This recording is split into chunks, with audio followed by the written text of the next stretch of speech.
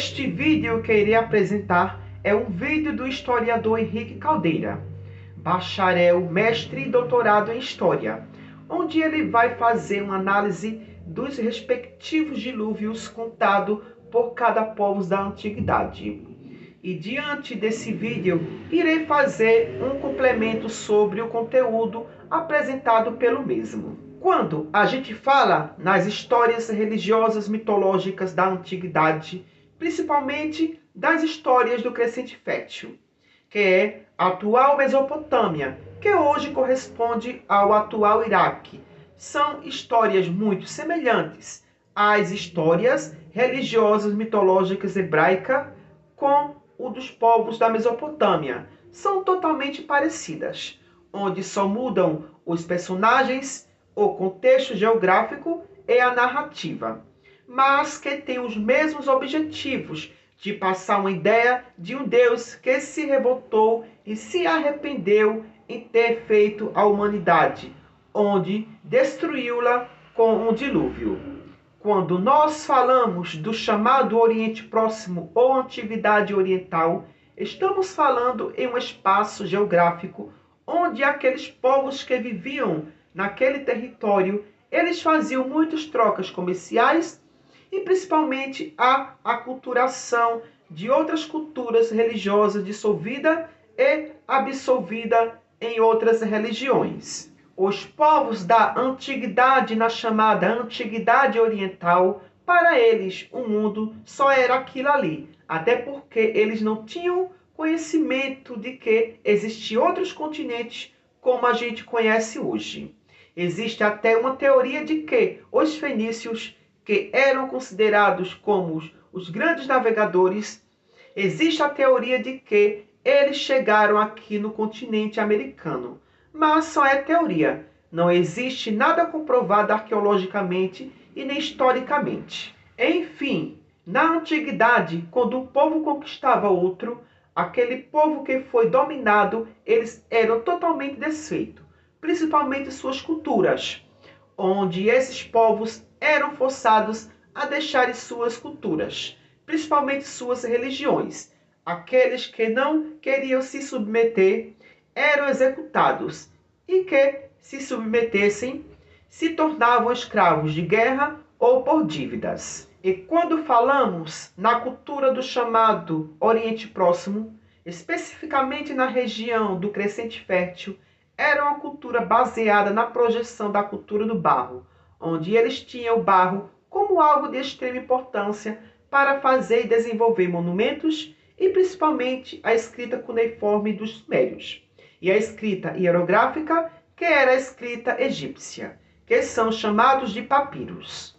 Por isso que encontramos em diversos povos da antiguidade sobre o surgimento do homem contada sobre uma óptica baseada através de um boneco de barro, porque o barro era utilizado diretamente na cultura daqueles povos, principalmente os povos da Mesopotâmia, também chamados de impérios teocráticos de regadios, ou também chamados de sociedade hidráulica. Por que hidráulica? É justamente devido que a sua economia é baseada na agricultura de regadios, tendo como a principal fonte de sobrevivência os rios, e assim desenvolverem a agricultura. A região da Mesopotâmia é uma região geográfica que fica entre rios, que são os rios Eufrates e Tigres.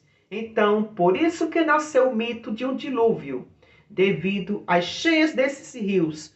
Foi através das enchentes dos respectivos rios que nasceu a mitologia do dilúvio, como também criou-se o mito de um homem feito do barro.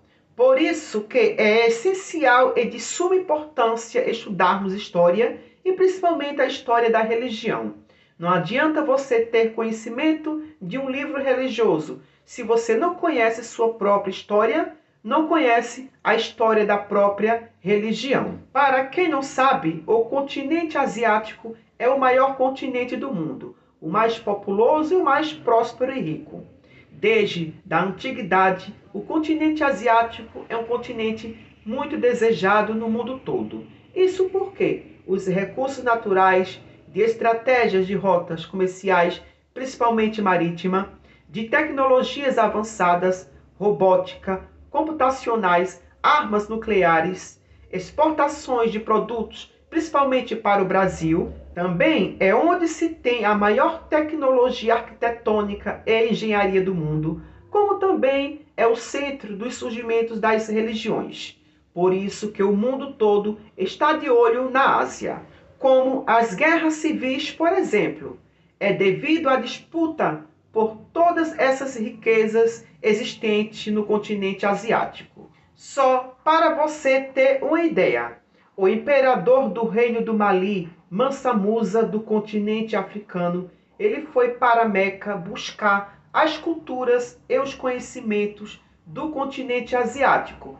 Também tivemos a Rota da Seda e o comércio das especiarias, que foi uma febre no continente asiático na época.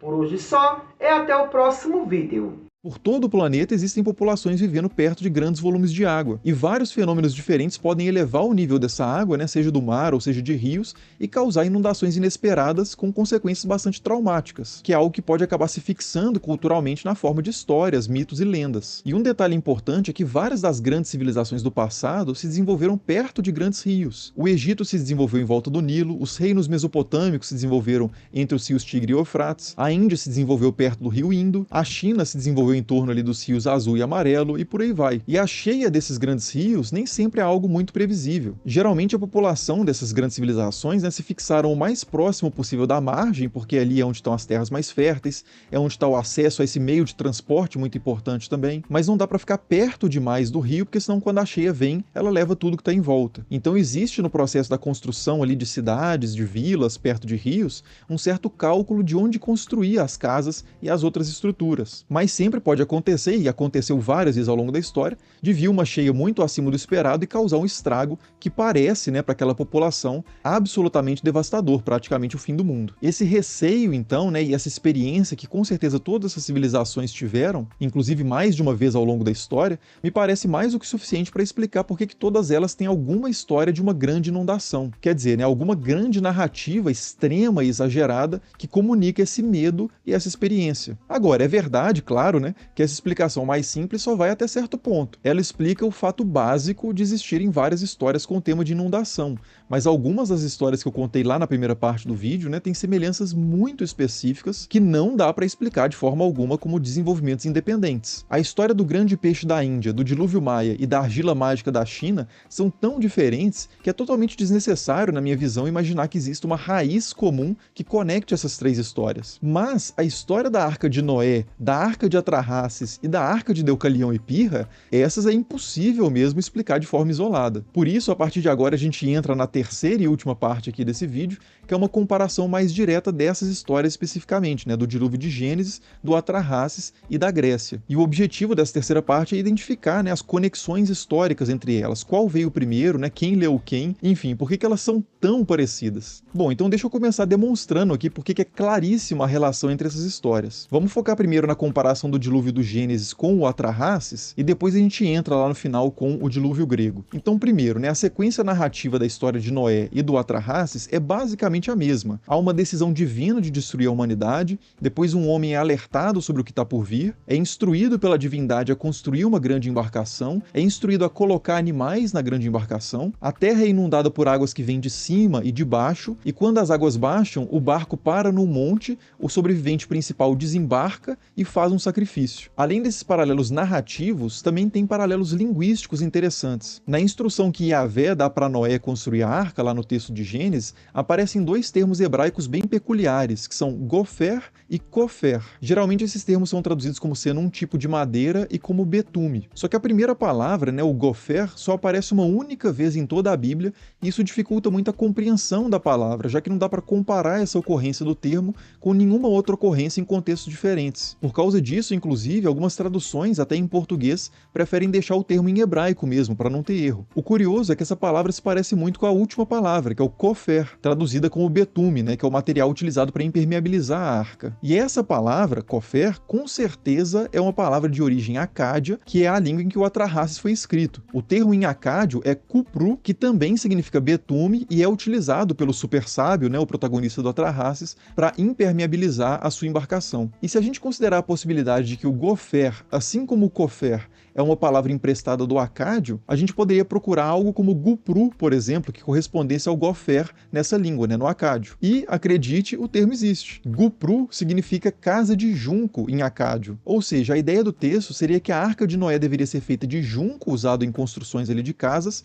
e revestida com betume por dentro e por fora. E é exatamente isso que acontece no Atrahasis. O deus Enki instrui o super sábio a desmanchar sua casa de junco e construir uma embarcação usando o material, que para ser impermeabilizado deve ser revestido com betume por dentro e por fora. Por último, uma outra semelhança impressionante entre o texto do Gênesis e os textos da Mesopotâmia é a parte em que o herói da arca, né, por assim dizer, solta 3 aves antes de desembarcar. Isso para sondar ali se a terra já estava seca o suficiente, né, se as aves encontrariam pouso ou se elas voltariam para a arca. E esse detalhe, na verdade, ele não aparece nas versões que a gente tem do Atrahasis, mas ele aparece na Epopeia de Gilgamesh, que é outro texto mesopotâmico que se baseia parcialmente no Atrahasis. Na Epopeia de Gilgamesh, o sobrevivente do dilúvio, que é o Utnapishtim, que corresponde ao super sábio do Atrahasis, solta uma pomba, depois uma andorinha e depois um corvo para sondar a situação da terra. A pomba e a andorinha voltam porque não encontram pouso, mas o corvo, que é a última ave a ser solta, não volta. E aí o sobrevivente sabe que ele já pode desembarcar. No caso do Gênesis, o Noé faz a mesma coisa, com o detalhe que primeiro ele solta o corvo e depois ele solta a pomba 2 vezes. Mas de qualquer forma são 3 lançamentos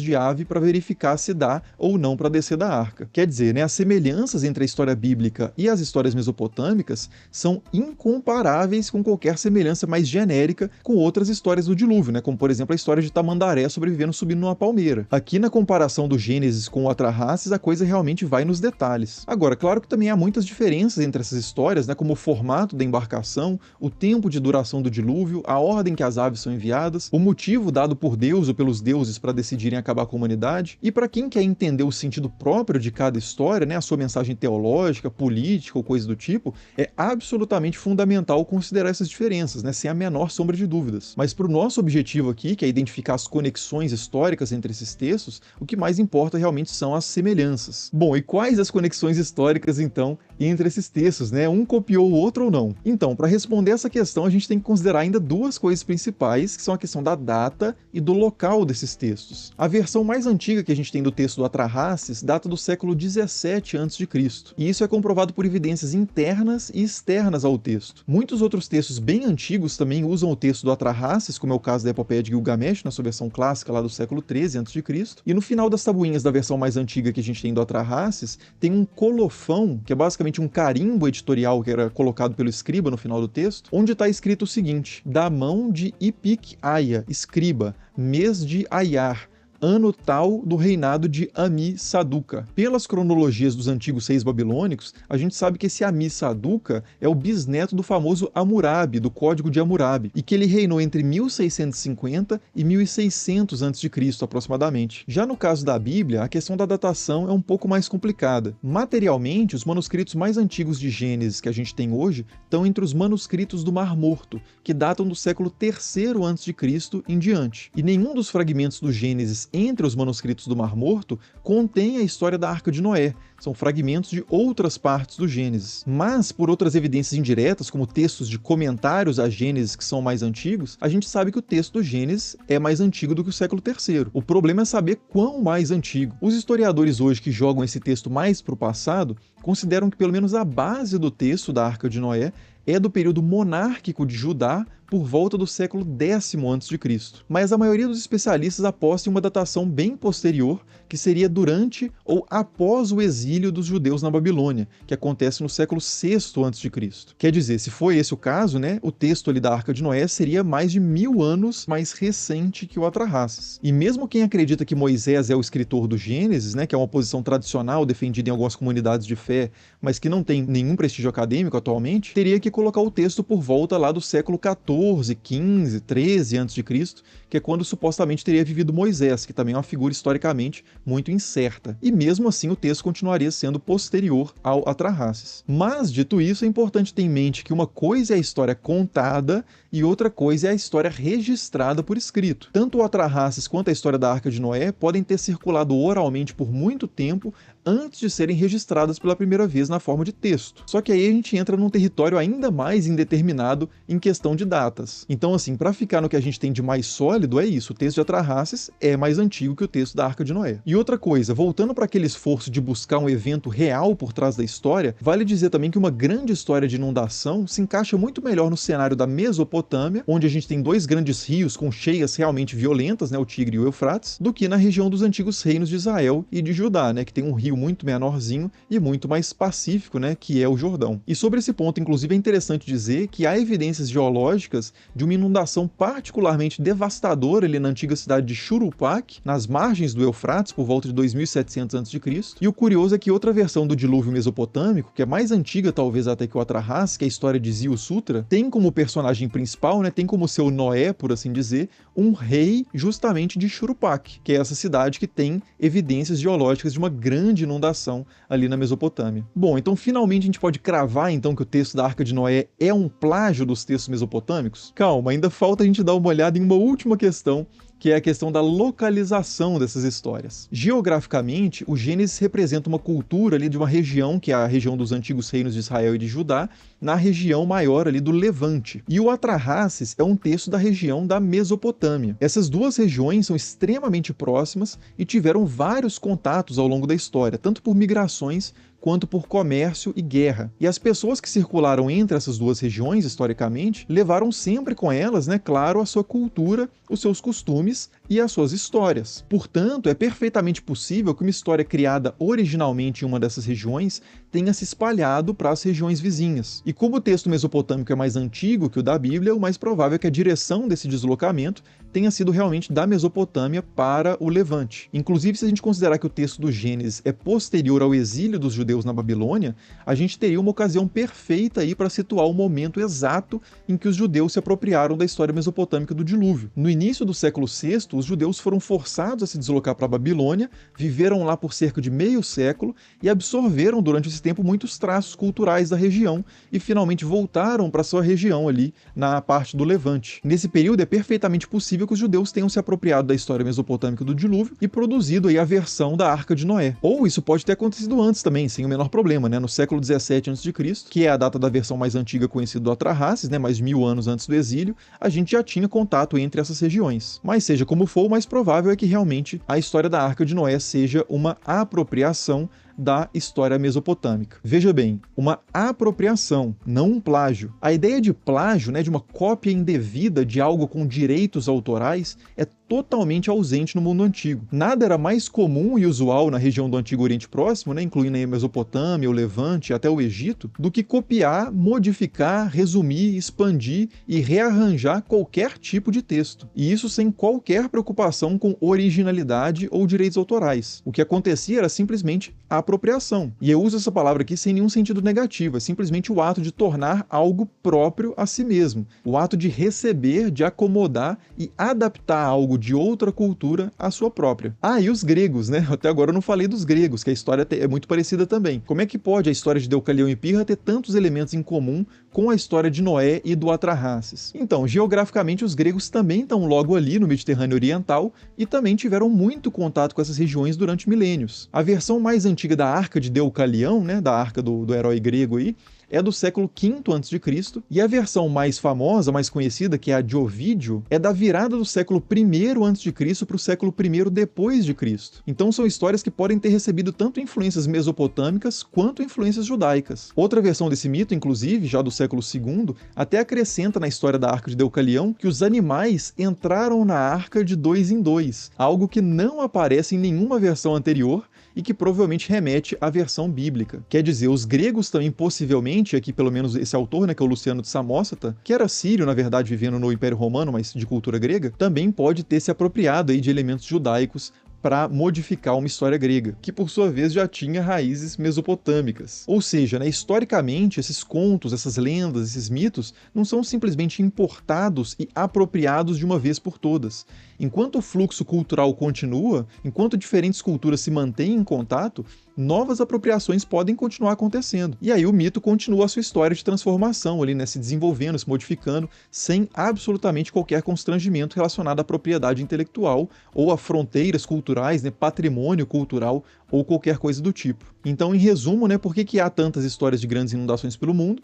Talvez porque algum evento global tenha provocado grandes inundações, motivando essas histórias, ou, mais provavelmente, na minha visão, simplesmente porque grandes inundações locais foram parte da experiência humana em todas as partes do planeta. E quanto às histórias que são muito parecidas, né, nos mínimos detalhes, aí a explicação tem que ser buscada caso a caso para verificar essas conexões históricas, mas via de regra a explicação provavelmente vai passar por deslocamentos humanos e apropriações culturais, né, pontuais ou contínuas. Bom, pelo menos essa é a minha visão depois de estudar um pouco sobre o assunto, e eu queria saber também a sua visão aí nos comentários. Comenta aí o que você discorda, o que você concorda, o que ficou faltando nessa exposição. Enfim, fique à vontade para se manifestar. Como sempre, as principais referências consultadas vão estar aí na descrição do vídeo. Muito obrigado por assistir e até o próximo. Falou!